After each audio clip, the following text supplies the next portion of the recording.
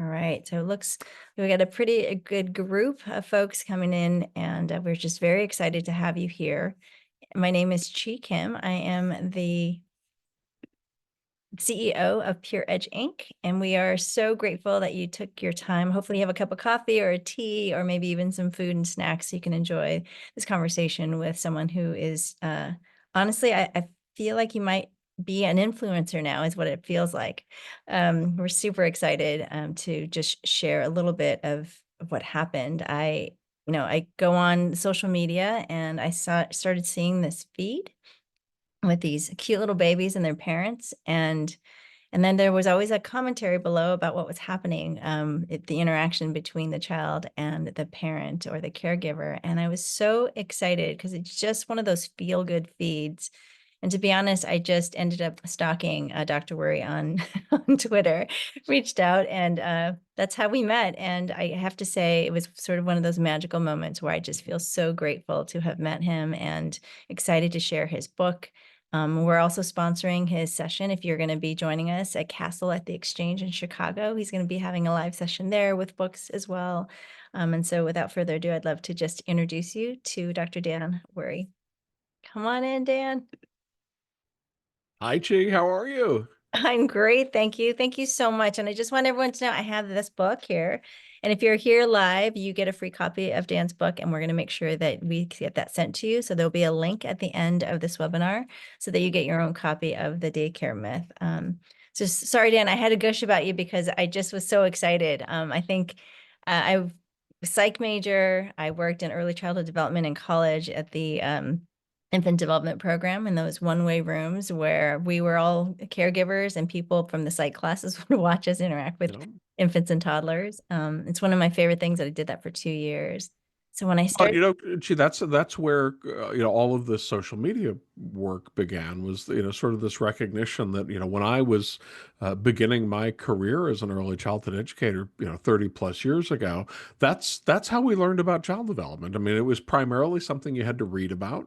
yeah, And if you were very lucky, you had a situation like the one you're describing, right, where yeah, there's a lab preschool, maybe with an observation room and a two-way mirror, and you have a little bit of a chance to see kids. But I think for a lot of parents and for a lot of early childhood educators, child development is actually something that a lot of people sort of learn on the job. And so yeah. that's why I've been so excited, by just this treasure trove of wonderful examples, that we can learn from, that are now so readily available on social media.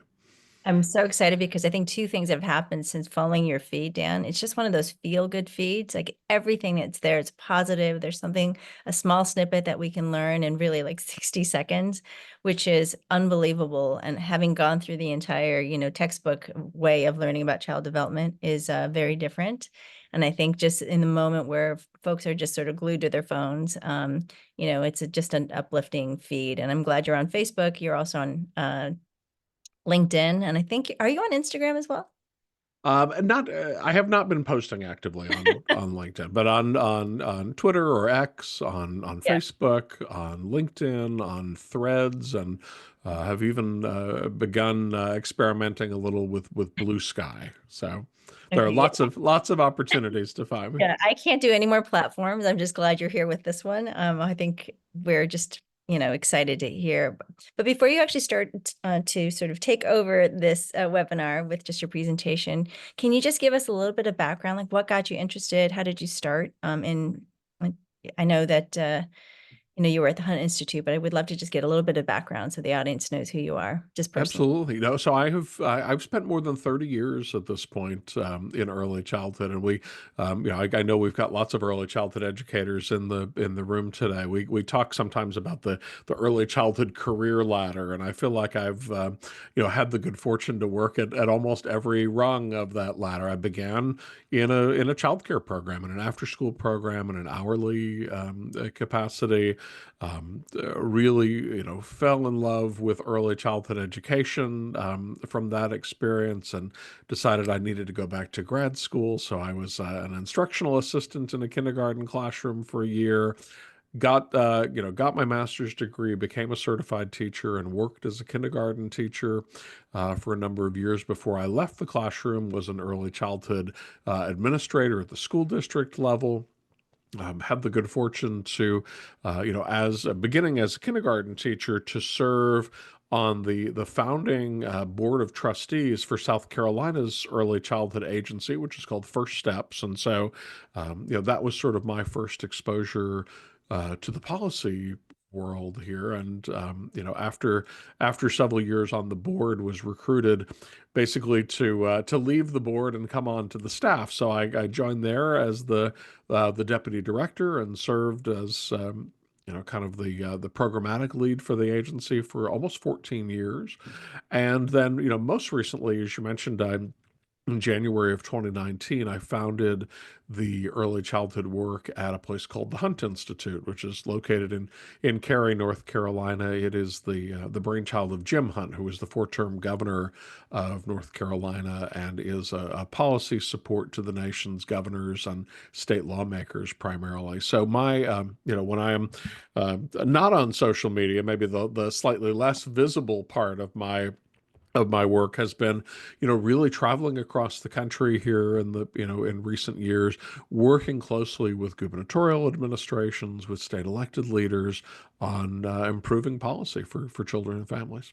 Amazing. I'm just so grateful that you're here, and I don't want to keep the audience waiting. So I know that they're anxious to learn more and to hear what you have to share. So I'm going to go off screen and I'm going to let you take it from here. If you do have questions during the presentation, please just go ahead into the Q&A and we'll go ahead and I've got a section carved out for everyone so that Dan can answer any questions you might have as the presentation comes through. So you can just go ahead and use the Q&A. The chat is disabled, so if you're trying to chat, that's the reason why. But anything you want to share or ask in the Q&A, we'll have time at the end in about 40 minutes. All right. Thanks so much.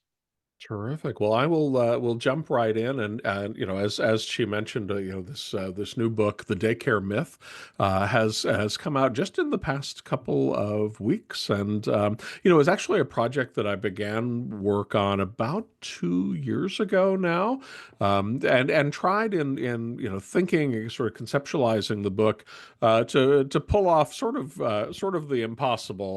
When you put together a book proposal, you sort of have to articulate who the audience is and what the content will be. So I thought about the book maybe in three or four different ways. First, I really wanted it to be something that spoke to a broad audience. So early childhood professionals, but also very much to parents and to policymakers. That it would be not a deeply academic or wonky sort of book, but really as accessible as it possibly could be for that broad audience.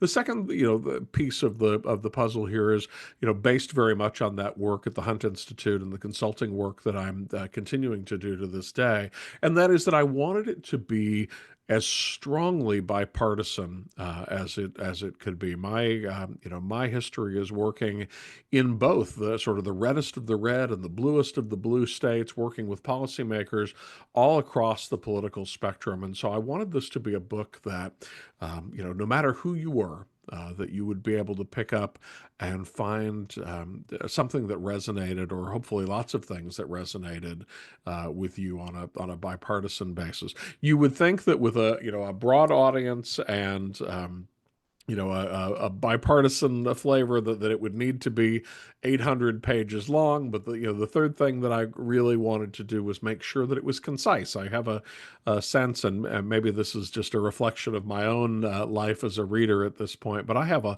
lot of books stacked up that I've read maybe the first chapter or two of that are sitting incomplete. And so I was, really hopeful that this could be, again, something that was conversational, that flowed quickly and easily, and really might be something that readers would pick up and invest in cover to cover. And so it is concise, but more than anything, it is, my hope here was that this would be an opportunity for us all to really pause and reflect on where we are for young children in this country. You'll find, sort of spoiler alert, I think that there are many places that we need to improve for kids. And so maybe the easiest way to get into that conversation is to introduce it very much in the same way that I did the book itself, and that is in probably an unusual place with the food pyramid. For those of you who are of a certain age, and especially if you are tuning in from the United States, you probably recall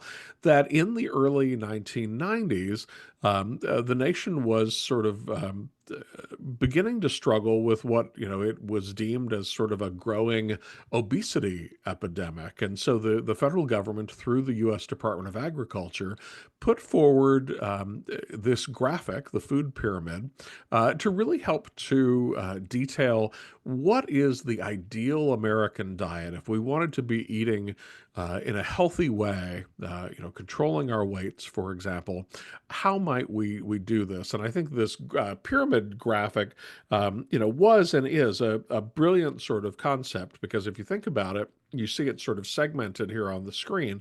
At the broad base of that pyramid was the food groups that were deemed to be not only the healthiest there at the base, but because of the broad the broadness of the base, were those foods that we ought to eat the most, right, in the largest quantities. So you'll see that in the pyramid, these healthy foods, the idea was that we would eat 6 to 11 servings from that base a day. At the tippy top of the pyramid, though, was very much the opposite. Those foods that we would eat very sparingly, if at all, right? Foods that are maybe the worst for us.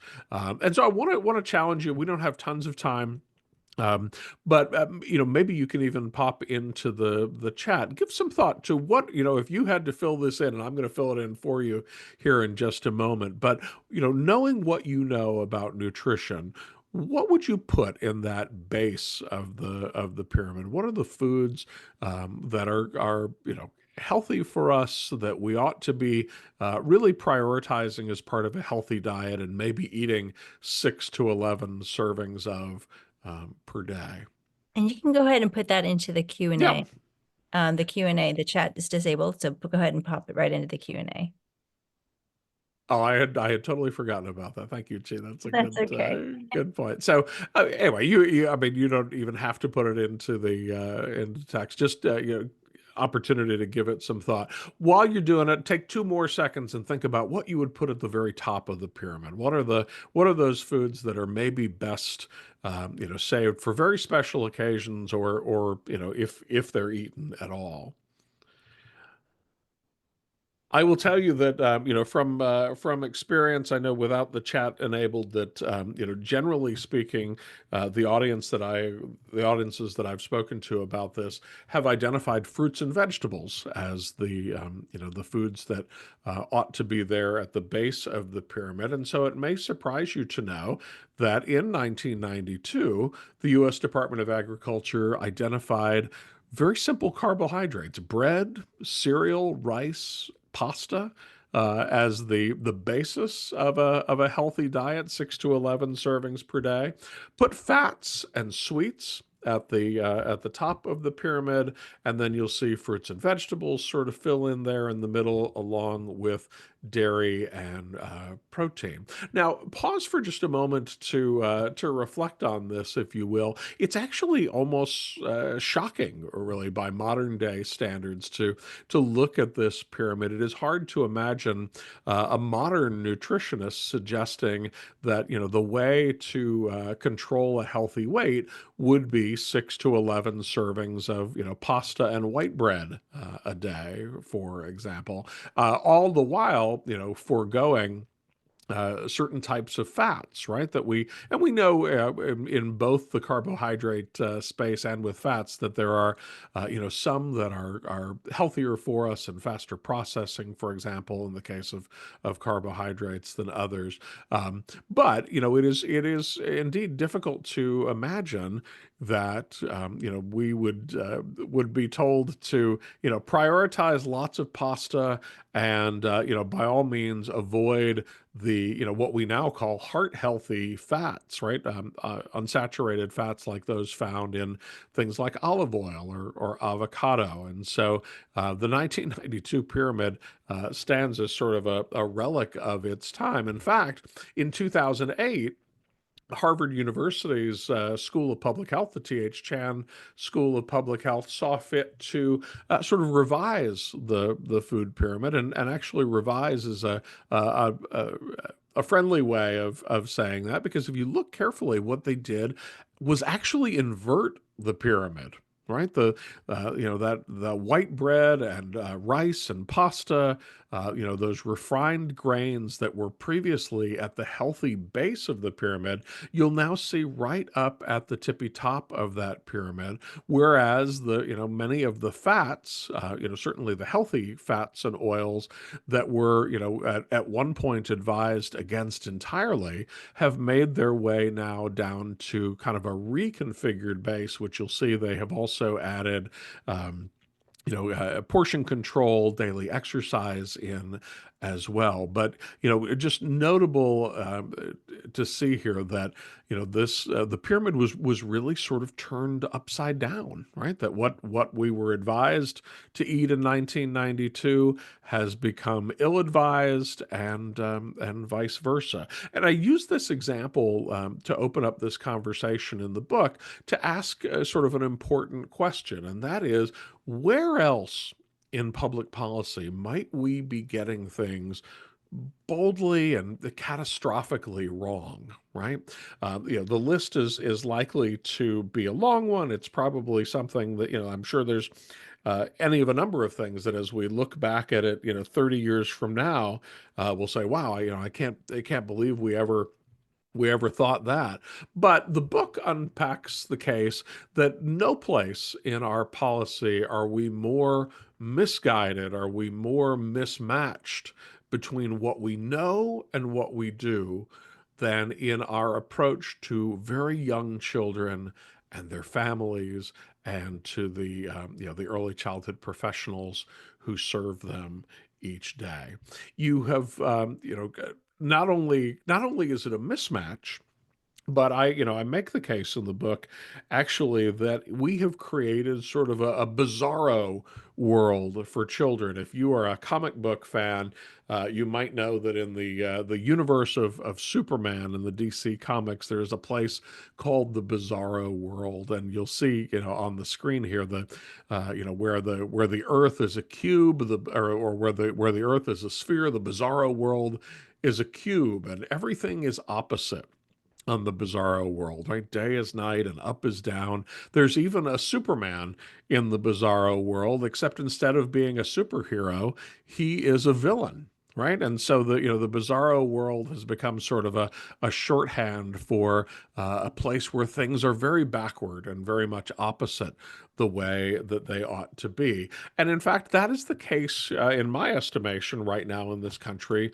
for young children and their families. Consider just a couple of examples here. For example, that 1 in 4 American women must currently return to work within 2 weeks after giving birth. Now, we know that, those earliest months and years of life are the most critical period for the formation of secure attachment, right? This attachment with loving caregivers that will help to undergird our long-term mental health throughout life. And yet that is a process that is interrupted for many families because of our prioritization of workforce participation and the absence of paid family leave for many, certainly not for all, but especially for those working low wage jobs. The prolonged maternity leave, for example, is sort of foreign. We know as well that those early childhood teachers, the professionals that we charge with the co-construction of young children's brains, are paid less, and in some cases substantially less, than those who hand French fries through a window at a fast food restaurant. And that discrepancy is becoming worse, that disparity. We know that parents pay more for infant care than for in-state college tuition in many cases. We know, and the book really unpacks the case, that our public policy routinely serves to undermine rather than promote the stability of families and providers. In some cases, I think with all the best of intentions, and yet unaware of some of the maybe unintended consequences. And then importantly, whether you are a parent of a young child, a grandparent of a young child, or maybe a taxpayer who maybe doesn't have any young children in your life currently, ours is a system right now where taxpayers are doomed to underwrite the long-term costs of our inaction for children, rather than the kind of proactive, lower costs of investing wisely and making sure we get children off to the best start. And so this is part of the case that we have created this bizarro world for children that needs our attention desperately. See if I can get my slide moving here. So, in the field of early childhood, and in particular when we talk about childcare, we are frequently, confronted with messages in the media about, multiple different crises that we are facing. That we have a crisis of accessibility, right? We have a crisis of affordability. We have a crisis in the compensation of the field. And in the book, I make the case that yes, all of these things are true, but that ultimately, in my estimation, all of these things are sort of the symptoms, if you will, of a much larger crisis in the early childhood field, and that is a simple crisis of understanding. And the title, "The Daycare Myth," it comes really from an examination of this crisis of understanding. The first chapter of the book is called "Daycare Doesn't Exist," and what I mean by that is not that it is costly and difficult to access. I mean that conceptually, the way that we have thought for many years, going really on 100 years in this country, the way that we have conceptualized of daycare or childcare is really sort of a false premise. That what we think of this service as providing really isn't the service that it exists to provide in practice, and that is that we have conceptualized for decades the idea that very young children require care, right? That they require primarily supervision, while their parents go off to work, but that slightly older children get involved in learning and education. And so, what we know is that this is just not the case, right? That as we think about daycare or childcare as being in its own little bubble, that is, separate and distinct from education. What we know is that this is a period of incredibly rich learning, and so it calls into question just what are we investing in? And so, here, just as a reminder, the nation's very first ever investment in childcare, in particular, came in the mid 1930s as part of President Franklin Delano Roosevelt's New Deal. And you may recall from your history books that the New Deal was an effort to lift the nation out of the Great Depression. Our economy was in shambles, unemployment was incredibly widespread, and families really struggling in the 1930s. And so part of what the New Deal entailed was massive infrastructure projects through something called the Works Progress Administration. And through the WPA, the government proposed to build roads and hospitals and parks and you name it, lots of public works projects that were, one, intended to help to improve the country, but two, very much intended to get adults back to work and to get the economy back on track. And so, by creating these infrastructure projects, they created a need for jobs, right? And so the intent here was that, that parents would be able to re-enter the workforce, and in order for them to be able to take these jobs, they needed a safe, warm place for their children. And so enter the emergency nursery school program, which was our very first ever federal investment in childcare in the mid 1930s. The point here is very much that the this initial investment was not intended from a desire to optimize the development of young children. It was an investment primarily in the workforce participation of their parents, and very much the same thing has held true now for the better part of the 85, 90 years since then. In fact, our current child care and development fund, the child care and development block grant, which helps to fund child care subsidies in the state or in the states, is very much a product of welfare to work reforms of the mid 1990s. Again, an emphasis on making sure that adults are participating in the workforce rather than in the optimal development of kids. Important to say here, by the way, the workforce participation of adults is a notable and laudable goal unto itself. But I think it's important that we not fool ourselves into thinking that this is more an investment in children than it actually is. What we know, to sort of contribute to this crisis of understanding, is that the period from prenatal to three, in particular, is the most critical window in all of human development. It is the time frame during which the fundamental wiring of the brain is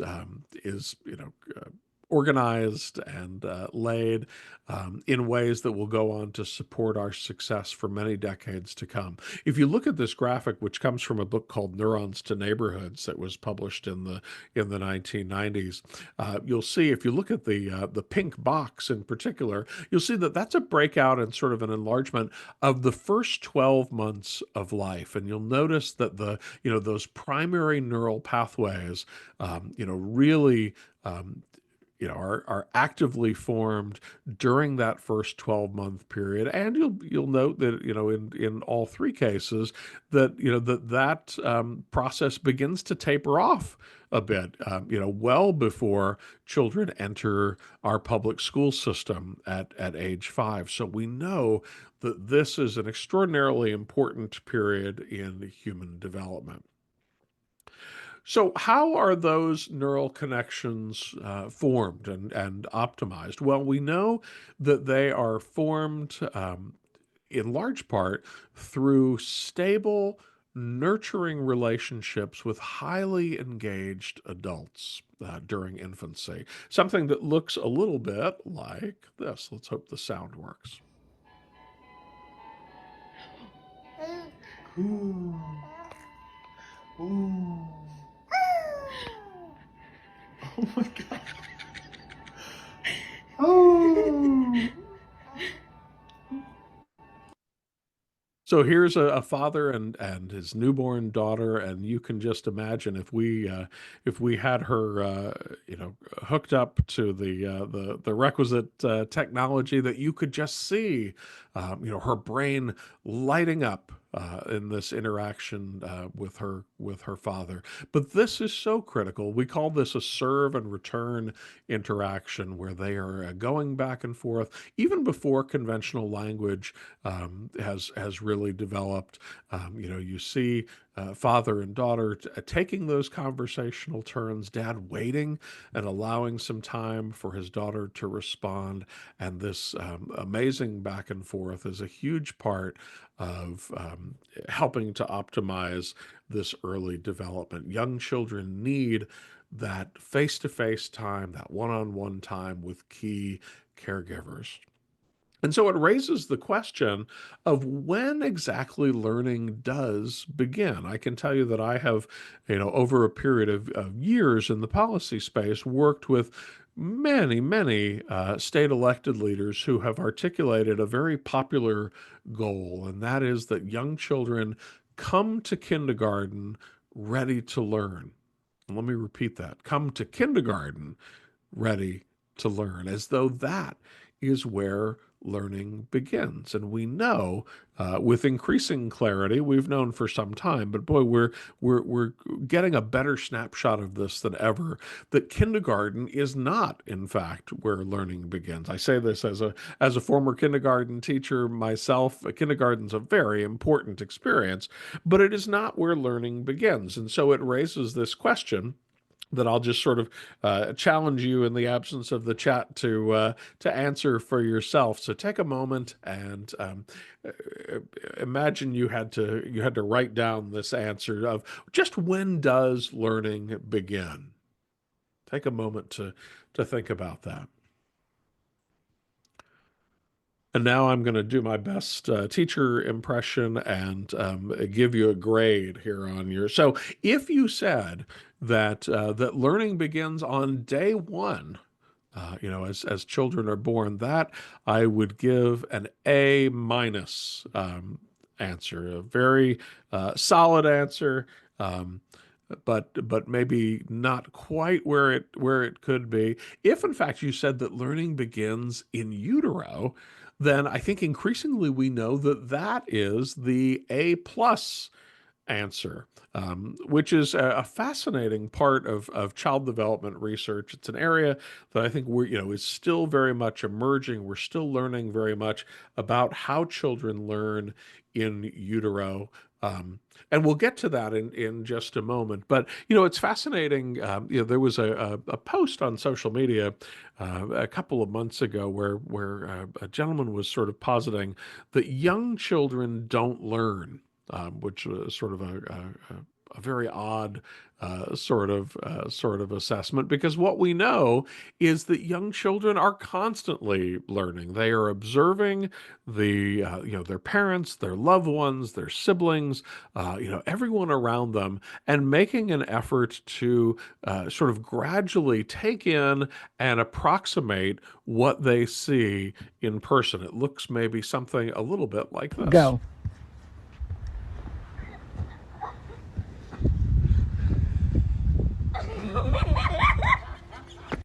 So this little guy doesn't have quite the level of skill as Big Sister, but you can see he's been watching and is in his own way trying to emulate what he has seen demonstrated in front of him. I've got a couple of videos to illustrate the rich learning of very young children. This next one might be one of my very favorites of all of the videos I've shared on social media. Just as a little bit of background on this one, this is a toddler who is at the zoo and has a favorite place. There is an exhibit at this zoo that is sort of a clubhouse for the youngest visitors. So this is an exhibit that is kind of meant for toddlers and young preschoolers, and is this little one's very favorite part of the zoo. The only problem is that they have shown up at this exhibit at the time it is scheduled to close. And so you'll see here the zoo employee sort of squatting in the doorway, ideally to block off any further access to this exhibit that is now closed. Watch how this toddler chooses to address the situation, and just consider for a moment the problem solving on display here. You can't be kind. They're closed. The club is closed. I'm trying to break you in. The club is closed. So cheeky. Gracie. Like, if you just let me squeeze. She's like, Tries to squeeze through, and then has another strategy. All right, I'll come home with you, hey? she's gonna trick you. She's gonna do a 180. See, she did a 180. such a complex planning on display there. I just love that example of the deep and complex thinking of young children. Here's one more that I actually just ran across this week, and posted here just a couple of days ago on the social media feeds. Wonderful example of a little guy whose knowledge is growing.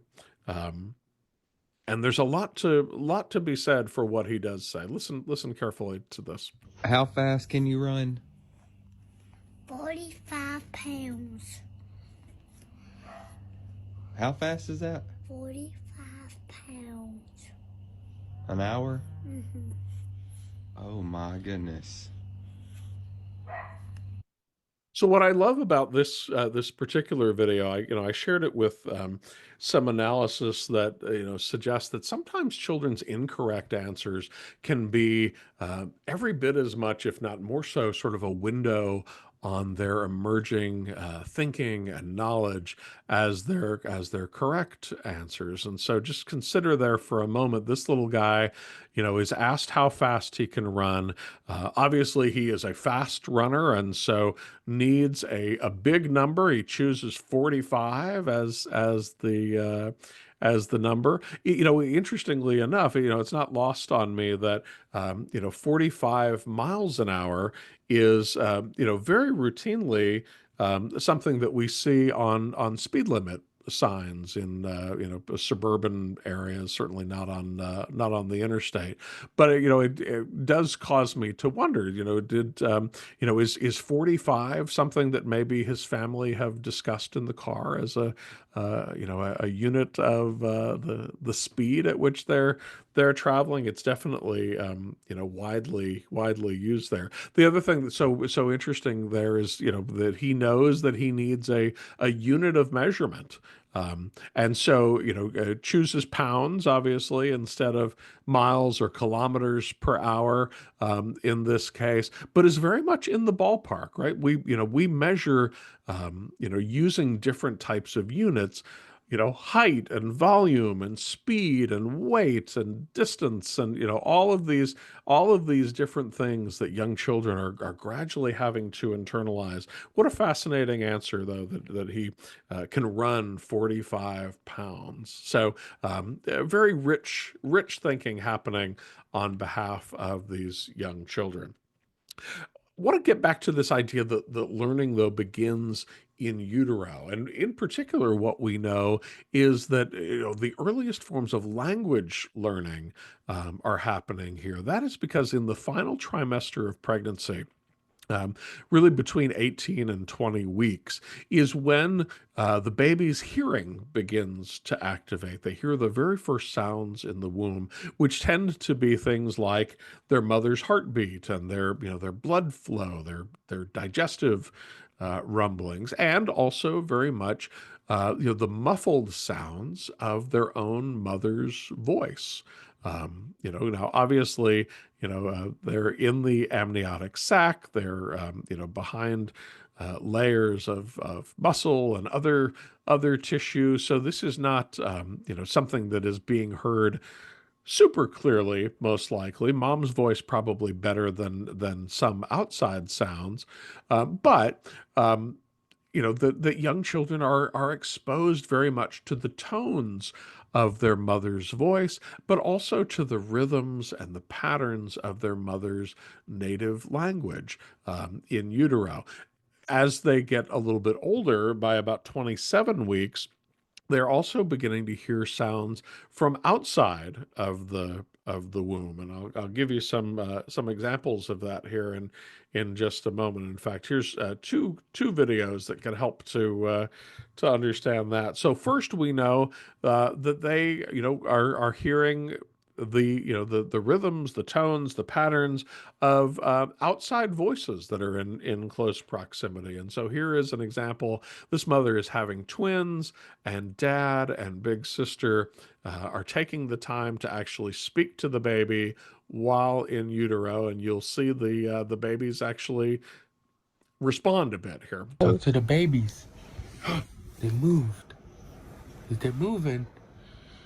Look. Say hello to them. Hello, baby. Hello, baby. Hello, little ones. Hello. Hello. Say I love you. Hello. Oh. Hello. Hello. And you can see the babies start to kick there as well. Isn't that fascinating?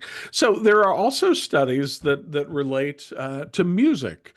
We know, for example, that there is a study that looked at the lullaby "Twinkle Twinkle Little Star" and exposed children in utero to that lullaby every day during the final trimester. What they found, though, is that when the baby was born, and then even some months later, that the babies who were exposed to this song repeatedly in utero showed a recognition of the song after they were born and soothed preferentially to the song, even for a period of months, when compared to a control group of children who were not exposed. That we saw their soothing response differently in response to this familiar song.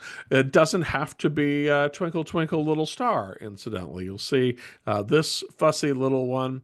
Mom played some Lil Jon during her pregnancy, and you'll hear it's a little difficult to hear initially over the baby's cries, but she's asking Alexa to play the song that they had heard together so many times while this little guy was in utero, and watch the response. Alexa, Alexa, play Get Low.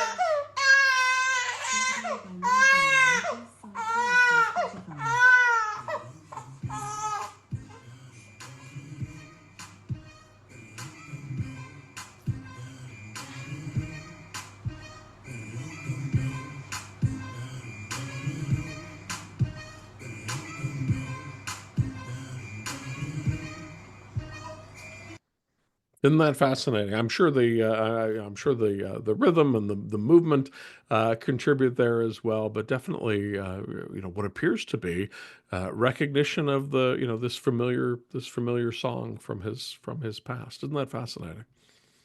So, in the book, I sort of wrap the first chapter by introducing the concept of three simple truths about early development. And we've talked about each of them, but I think it's worth taking just a moment to pause and reflect here. The first being that learning begins in utero and never stops. The second is that the period from prenatal to 3 is this uniquely consequential window of human development during which the fundamental architecture of the brain is wired. And the third of those truths being that optimal development is dependent on stable, nurturing relationships with highly engaged adults.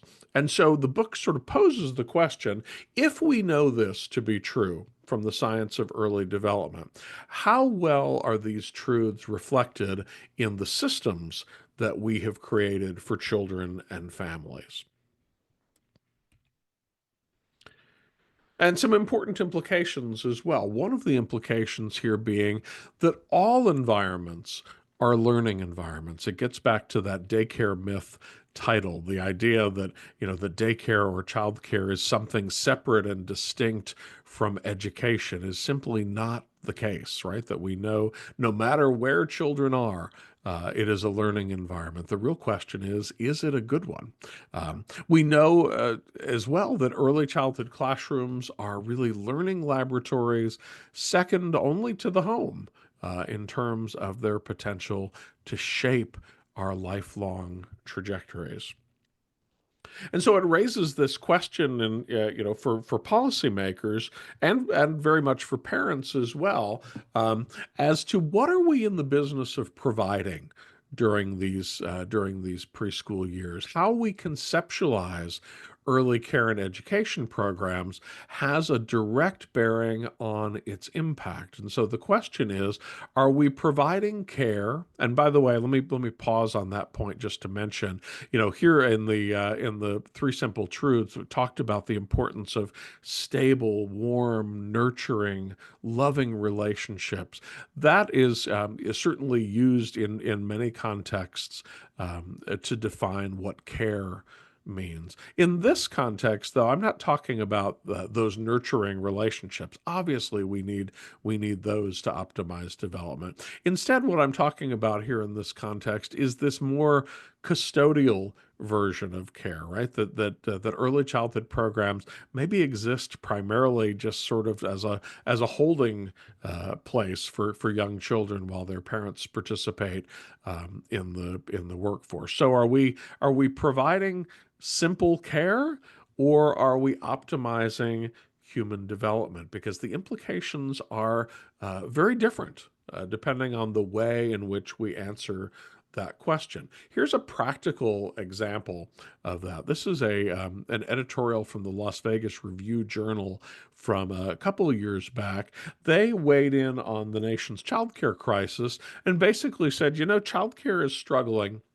And the reason for that is that maybe we just overregulate it. That perhaps a solution rather than increased investment is that we should really strip away any sort of requirement other than those that are involved in the basic safety and well-being of the kids involved, right? That we should, everything else should be fair game as long as the kids can be kept safely. And again, that's a very different, sort of circling back to that question of what does this exist to provide?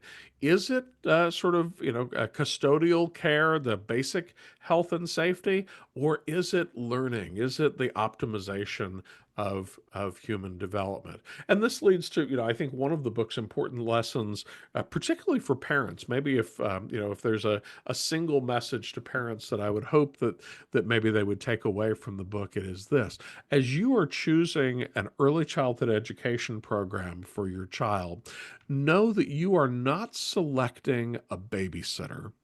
Right? That what you are selecting in this case is the adult or adults who will literally be helping you to co-construct your child's brain. And that is a very different proposition from simply someone who is available to change diapers and make sure that you're not in danger for 8 hours.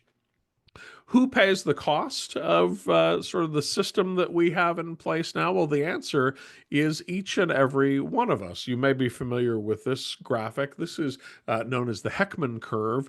Heckman, in this case, is Jim Heckman, who is a Nobel Prize-winning economist, previously of the Minneapolis Federal Reserve Bank and now at the University of Chicago. He has spent his career tracking the long-term return on investment associated with many of the foundational studies in early childhood. And you'll see here from this curve that what he suggests is that the greatest return on investment is associated with the earliest investments, right? That you'll see here that, at the far left, that investments beginning even prenatally yield the highest returns to society, whereas as the participants age, get into K-12 education, get into post-secondary and job training programs, yes, there's a return on investment, but not nearly as steep a return as investment in very young children. And the reason behind that is that we know from decades of research that high-quality early childhood investments decrease all of the things that we would hope to decrease, and they increase things that we would hope to see improve, right? That they decrease remediation and grade level retention and special ed placements in our K-12 system. They reduce in adulthood our reliance on social services. They reduce interactions with our criminal justice system. At the same time, they improve long-term academic achievement, high school graduation rates. They improve, very importantly, our health outcomes. This is important from a state budget standpoint. If you do any work around state budgets, you'll know just how much of each state's budget tends to be occupied by Medicaid and other, health costs that certainly, poor health outcomes are incredibly costly to society. They're costly to us as individuals when they happen to us, but they are also very much costly to society. We know that early childhood helps to improve stable marriages, tax paying ability. So there's a great case to be made for the societal benefits here. But if you're not interested in the societal benefits, look at the economic benefits. Heckman identified for programs serving the very youngest children a 13.1% annual return on investment. You can compare that on the left-hand side of the screen to the rate of return that is associated with the Standard & Poor's 500, the S&P 500, which is a stock index of some of the largest companies. And you'll see that with the exception of the 10-year return from 2013 to 2022, Heckman's number roughly doubles, not quite double, but near enough to double to say as an estimate, the 5, 20, and 30-year returns on the S&P 500. So if you had a fiscal advisor, a financial advisor who came to you with an opportunity for a consistent 13.1% return, you'd be crazy not to take it. And yet we as a society are perpetually failing to take it. We also know that that these benefits don't have to take 30 years to accrue. Some of them certainly do and have the potential to save us very substantially in the long term. But we also have good real-time data that suggests that this is a benefit to us right here in the here and now. Our colleagues at Ready Nation did a study about 2 years ago where they looked at the real-time drain on the American economy that comes from lack of high-quality infant toddler programs alone. So not early education programs writ large, but just for infants and toddlers. And you'll see here on the screen they identified $122 billion, billion with a B, annual cost last year, this year, next year, until we do something about it. Excuse me. And so, in short, in the book, I liken this to sort of like a payday loan. If you're familiar with these payday loan lenders, you frequently see them in strip malls and things, and they're businesses that provide the opportunity for a very short-term loan. Maybe you need to borrow $200 until payday next Friday, and you can go into these businesses and do it, but you will do it at rates that are astronomical, right? So you may be able to borrow $200, but maybe it costs you $300, in the short term to have that opportunity and pay it back. And that's not unlike what we're doing sort of with our investment in young children in this country. We are meeting our immediate economic needs at the highest possible long-term cost to taxpayers. And so, as I work with policymakers, I'm frequently asked, the encouraging news, I guess, is that I am increasingly told that, when it comes to the brain development, that people are getting it, right? But the real question is, how do we pay for this? And the answer as laid out in the book, in part, is that we are already paying for it. We are just paying for it in the dumbest possible ways, in ways that saddle taxpayers for decades to come with the burdens of these costs. With that, I notice we're getting awfully close to the top of the hour. I know, Chi, that we wanted to save a little bit of time for some Q&A, so maybe I'll pause there and see if maybe we can answer a couple of questions. Great. The first question I have in the Q&A box, Dan, is can you suggest any early childhood development frameworks that are the most essential? I guess I want to make sure I'm understanding the question. Are we talking about like curriculum models? What is your sense of? My sense is probably early childhood curriculum. Yeah, a framework for actual early childhood education centers. Yeah, no, I mean, I think, there are a number of, widely used, early childhood curriculum models. Um, Montessori, or the Reggio Emilia model that comes out of Italy. High scope, creative curriculum. I hate to start naming individual brands because there are certainly others that could be named as well. But I would look for young children for things that are play based, and then maybe Chi as a as maybe the most important framework is to to spend some time and to go and in particular to be looking at the interaction quality that is happening in these classrooms. I think if you we all probably at some level go and visit programs before we enroll our children there, but frequently those visits are very brief. You kind of peek through the window or stroll through a classroom for 15 seconds. I always encourage parents, go take the time, spend 20 minutes, spend an hour in a classroom. And what you want to be looking for here in particular is, what are the adults doing in these classrooms, right? If you go into a toddler classroom and what you see is that the two adults in the classroom are off in the corner talking with one another, that's a big Yeah, red flag, red right? That flag for be sure. hopefully down on the floor and extending children's language, working side by side. And I think, Dan, that's such a good point. I think when I was working in child development when I was in college, because it was that one-way mirror, right? We were always interacting with the kids. We just were being watched constantly. That's one. And the second piece, I have 3 children. And so we did that whole, visit. The only place that they let go of my leg was actually in the Montessori school.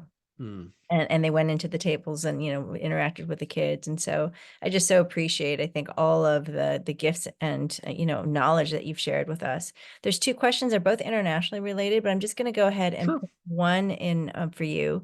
This is from Hassan. Thank you for your advocacy. He's in Canada, and one of the government subsidizes in 2022 fees that were reduced by 50%. And by 2026, we're aiming to get it to $10 per day for every child.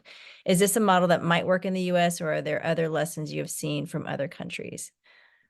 Well, first off, hello, Hassan. It's great to have you with us, and thank you for joining. Hassan is another great social media user in this space, and it's just nice to have you here. I think there have been proposals, whether it needs to follow the $10 a day model or not. I think what the book sort of broadly advocates for in the policy space is 2 things, and you can kind of think of them as long term and short term. I think in the long term, what this country needs is a transformative investment in children and families, right? And again, to sort of emphasize that word investment, right? This is not just an additional cost. In fact, the book sort of makes the case that for decades our 2 major political parties have gone back and forth around this central question of, like, what is the appropriate size of government, right? And in my mind, the way to shrink the size of government, to manage the size of government, is through these sorts of proactive investments that don't necessarily, they aren't premised on, sort of draconian cuts to services that families desperately need, but instead they're proactive investments in things that mitigate against the need for these services in the first place. It's sort of a shifting of our social safety net gradually Yeah. lower, in a way that I think has all the potential in the world to save taxpayers in the long term.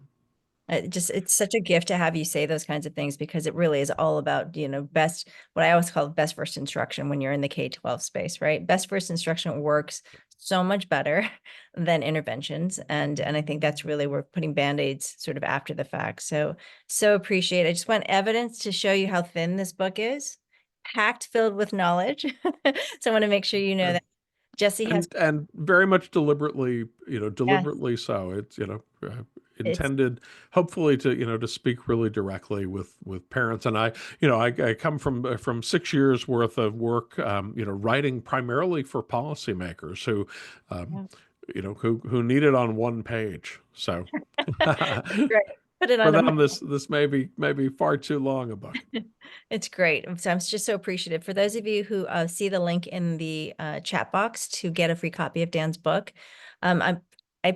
apologize if you're international. We actually can't ship those out, but I got to figure out a way. Dan, do you have an ebook that we can purchase to give to those that are international? There is an ebook version that the Teachers College Press is marketing, Okay. and probably here sometime at the end of the month, Amazon UK and Australia and other markets ought to be making that available as well. Okay, great. And so I apologize. We cannot ship internationally, but if you are US based, we are so happy to give you a copy of the book for free. So we wanted to make sure you saw that. Dan, it's such a pleasure. I am so, so grateful that you said yes. And if you are planning, if you're in our network and planning to join us in Chicago at the Castle Exchange, Dan will be live and in person. We'll have copies of his book there as well. Just very grateful, Dan. Thank you so much for just being a prolific social media influencer. Who knew, right? I, not me. It took me very much by surprise, but I have so much gratitude for all of the attention that has received. And she was on a podcast in the Yeah. UK here recently, and the host said that that through those videos, he felt that I had been his full-time parenting coach, during the first 2 years of his child's life. So what a lovely endorsement of sort of the power of social media to connect us all, all across the globe. Yeah, and I know I don't know how much time, Dan, you have left, but I don't know if you want to just take a quick peek in the Q&A, but we don't want to keep folks. We know you joined us for a quick chat during your lunch hour, but we're going to just go ahead and stick around for 5 more Yeah, minutes. no, I'm happy to stick around for Great. a few more minutes, but did Excellent. want to wrap up the main presentation. Yeah, I just want to make sure for those guests who are, in between school and work and all those things, please feel free to drop off, and we'll send you a reminder link to get a free copy of the book if you are US based. And if you are here and you've got a question in the Q&A, we'll just go ahead and go through those really quickly. Says, I'm writing from India. This is Reedy. And the daycare industry is unregulated, charging high fees and giving low quality. Do you think having a framework for regulation would also help quality in a large country like ours? Well, I am a believer that there needs to be some form of regulation of these programs. I mean, we're talking about very young children who have very specific needs, and so I mean, this shouldn't just be sort of a wild west of service provision. That doesn't mean that it needs to be overly prescriptive or regulated either. I think more than the question of a regulatory framework is the question of a public investment. In my mind, I think we for all of the reasons I've talked about over the past hour, and more so in the book, this is just a smart thing to do. Yeah, well, clearly. And I think one of the things, people often ask us, it seems like you have these random people show up at Pure Edge webinars or as guests or in books that we purchase, but ultimately your message is really about just human flourishing, right? How do you allow humans to flourish in environments? And I think that's why we try to connect the dots in different ways. But yeah, I just absolutely. Here's the next question. This is from Rachel. There are many similarities with England policy and US. What role does evidence of what works have in promoting positive change in the US? Oh, that's a great question, Rachel. And I'm very excited to be coming to the UK early next year. sort of mid-February through throughout the month of March. I'll be in Ireland and all across the UK, kind of bringing the message of the book over there. I guess to this, the specific question of, what role does the evidence around what works have in promoting change? I guess, I don't want to be too cynical on that answer, but this is very much sort of the core question that led me to write the book in the first place, which is that I see right now a tremendous mismatch between what we know about what works and how that plays out in our public policy. And so, my hope in writing the book was very much to have that conversation, right? To take a moment to look at, we talked about the kind of bizarro world that we have created. I mean, like I say in the book, it is almost in my mind as if someone were charged with, kind of creating a diabolical plot to create the worst possible system for young children, they couldn't do a whole lot better in some ways than the system we have now, where parents are, struggling to access high quality services, where childcare for infants costs more than in-state college tuition, more than housing, is unprofitable for providers, and is very much balanced and subsidized sort of on the backs of an incredibly low income, almost entirely female workforce, and in many cases, a majority women of color. It's a badly broken system. And so, Rachel, to your question, that's exactly what I think the book is hoping to lift up is, the evidence around what we know and what works in the, very sincere hope that maybe we can have a conversation about promoting that positive change you're talking about, because I don't always see as much evidence of that as maybe we would hope for. Thank you. And this question is from Jean. My preschool teachers could use a refresher in age-appropriate social skills and executive functioning or adaptive skills. Can you recommend any resources to help parents and teachers understand the social skills and needs of 3, 4, and 5-year-olds? That's a great question as well. My go-to on that topic is my colleague Ellen Galinsky has written a book called Mind in the Making that gets very much into that, and so I think that would be an excellent one. Rest assured as well, though it's not ready for consumption, that I'm continuing to do writing on this topic as well, and hope to have more to share in the future around this very point. Or maybe they just watch all your videos. That's true. This next question is from Theodore. Thank you, sir, for the informative discussion. My question is, if every environment is a learning environment for young children, what's the best age to send young children to preschool? I'm Theodore. He's executive director of Hands for Life, Inc., early childhood educator and administrator. So, Chi, you'll know from reading the book, I take a very agnostic sort of approach to this particular question. I begin from the premise that young children have some very basic needs, right? They need those stable, nurturing, loving, one-on-one, hopefully, interactions. Now, do those have to be delivered at home? Obviously we hope that they are delivered at home, but they don't have to be delivered exclusively at home.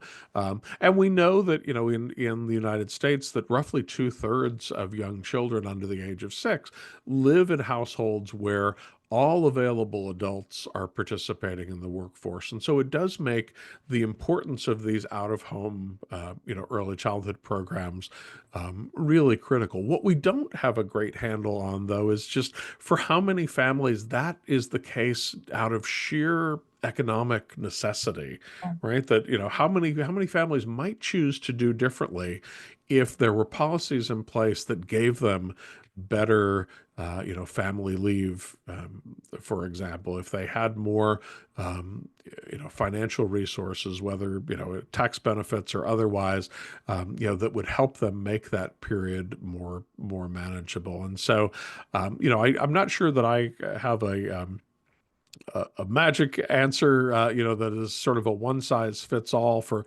when should children begin school. You heard me say though, and I would say, I think, especially immediately after birth, that period of months, and certainly the first 6 to 12 months of a child's life, is so critical in terms of secure attachment.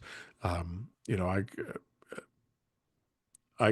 not intending to disparage out of home Sure. infant care, and it can be really fantastic with the right professionals providing it. But that's why again, one of the thrusts of the book is just what an important choice that is, right? You're not choosing a babysitter, you are choosing who's going to help co-construct that brain. Yeah, which is amazing. This is the last question. It's anonymous. Is there any advice you'd offer to educators, you're going to put your teacher hat on, who want to specialize in early childhood development? That's a good, I would say do it. I mean, I think my reflection as an early childhood educator myself, and having worked in a lot of different capacities in this field, is that I have never had a more joyful experience than the years that I taught kindergarten, in that classroom. I think it is terrifically rewarding and positive, and incidentally, would I mentioned that the early childhood workforce is almost exclusively female. I think, as one of the rare males in the field would say, I think if more men were actually exposed to the opportunity to work with young children, I think that we would see many of them recognize just what a wonderful career path it really is. I think that is the perfect way to round out this discussion, just because I think, when we start to think about what all of our talents and gifts as a, collective society and how we all flourish together, it's pretty magical to think that all jobs, all pathways are good for all genders and folks, when we're all kind of in the collective. I'm so grateful, Dan. This was one of my favorite conversations, and I'm just so Thank you, happy that Jay. you are in our network. And we're so excited that you get a copy of this book. And again, light, easy reading, but with a really heavy topic. And so I think that part, we're just so grateful. Thank you so much for making the time to join us, Dan, for you and also for our guests. And we will make sure that we are sort of wrapping things up. This will be recorded, so folks can, if you have friends that missed the opportunity to hear Dan speak, it'll be recorded and on our website. So with that, have the best day and best week ahead. We know that some big events are coming in the next couple of weeks, but we hope that it will all land in a place where we can still collectively work together and help each other flourish. So with that, thank you so much for joining us.